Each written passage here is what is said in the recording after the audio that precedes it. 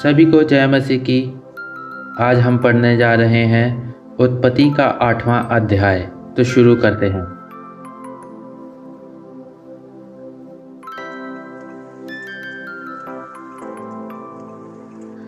जल प्रलय का अंत।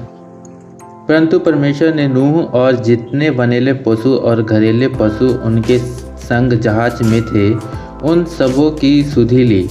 और परमेश्वर ने पृथ्वी पर पवन बहाई और जल घटने लगा और गहरे समुद्र के सोते और आकाश के झरोखे बंद हो गए और उससे जो वर्षा होती थी वह भी रुक गई।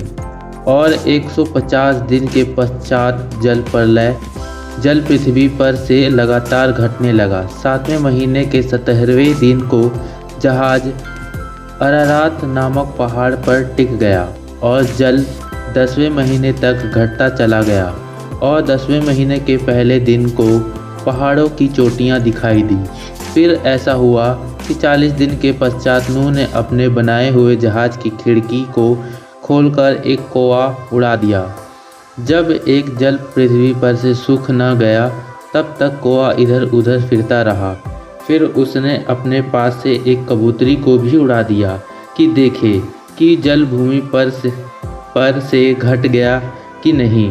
उस कबूतरी को अपने पैर टेकने के लिए कोई आधार ना मिला तो वह उसके पास जहाज में लौट आई, क्योंकि सारी पृथ्वी के ऊपर जल ही जल छाया था। तब उसने हाथ बढ़ाकर उसे अपने पास जहाज में ले लिया। तब और 7 दिन तक ठहर कर उसने उसी कबूतरी को जहाज में से फिर उड़ा दिया। और कबूतरी सांझ के समय उसके पास आ गई तो क्या देखा कि उसकी चोंच में जैतून का एक नया पत्ता है। इस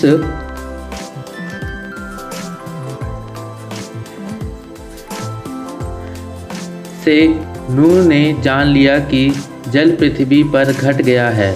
फिर उसने 7 दिन और ठहरकर उसी कबूतरी को उड़ा दिया और वह उसके पास फिर कभी लौटकर नहीं आई। नूह की आयु के 601 वर्ष के पहले महीने के पहले दिन जल पृथ्वी पर से सूख गया। तब नूह ने जहाज की छत खोलकर क्या देखा कि धरती सूख गई है। और दूसरे महीने के 27वें दिन को पृथ्वी पूरी रीति से सूख गई। तब परमेश्वर ने नूह से कहा, तू अपने पुत्रों, पत्नी और बहुओं समेत जहाज में से निकल आ। क्या पक्षी, क्या पशु, क्या सब भांति के रेंगने वाले जंतु जो पृथ्वी पर रेंगते हैं, जितने शरीरधारी जीवन जंतु तेरे संग है, उन सब को अपने साथ निकाल ले आ कि पृथ्वी पर उनसे बहुत बच्चे उत्पन्न हो और वे फूले फले और पृथ्वी पर फैल जाए। तब नूह और उनके पुत्र और पत्नी और बहुएं निकल आई और सब चौपाएं रेंगने वाले जंतु और पक्षी और जितने जीवन जंतु पृथ्वी पर चलते फिरते हैं, सब जाति जाति करके जहाज में से निकल आए। होम बलि का चढ़ाया जाना। तब नूह ने परमेश्वर के लिए, यहोवा के लिए एक वेदी बनाई और जब सब शुद्ध पशुओं और सब शुद्ध पक्षियों में से कुछ कुछ लेकर वेदी पर होम बलि चढ़ाई। इस पर यहोवा ने सुखदायक सुगंध पाकर सोचा, मनुष्य के कारण मैं फिर कभी भूमि को शाप न दूंगा। यद्यपि मनुष्य के मन में बचपन से जो कुछ उत्पन्न होता है वह बुरा ही होता है, तो भी जैसा ही मैंने सब जीवों को अब मारा है वैसे उनको फिर कभी न मारूंगा। अब से जब तक पृथ्वी बनी रहेगी तब तक बोने और काटने के समय, ठंड और तपन, धूप काल और शीतकाल, दिन और रात निरंतर होते चले जाएंगे। आमीन।